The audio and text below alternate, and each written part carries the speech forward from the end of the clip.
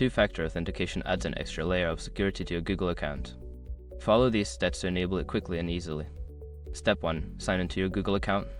Go to the Google account sign-in page and enter your email and password.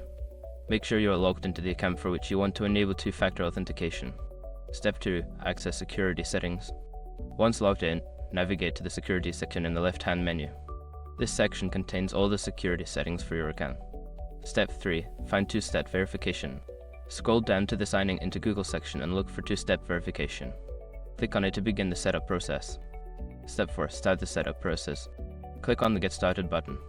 You may be prompted to enter your password again for verification. Follow the on-screen instructions to proceed. Step 5. Choose your verification method. Before starting recovery, use the SR.com link in the description to open the account recovery checklist generator and make sure your verification details are ready. Now you have successfully turned on two-factor authentication for your Google account, enhancing its security. Make sure to keep your recovery options updated for future access.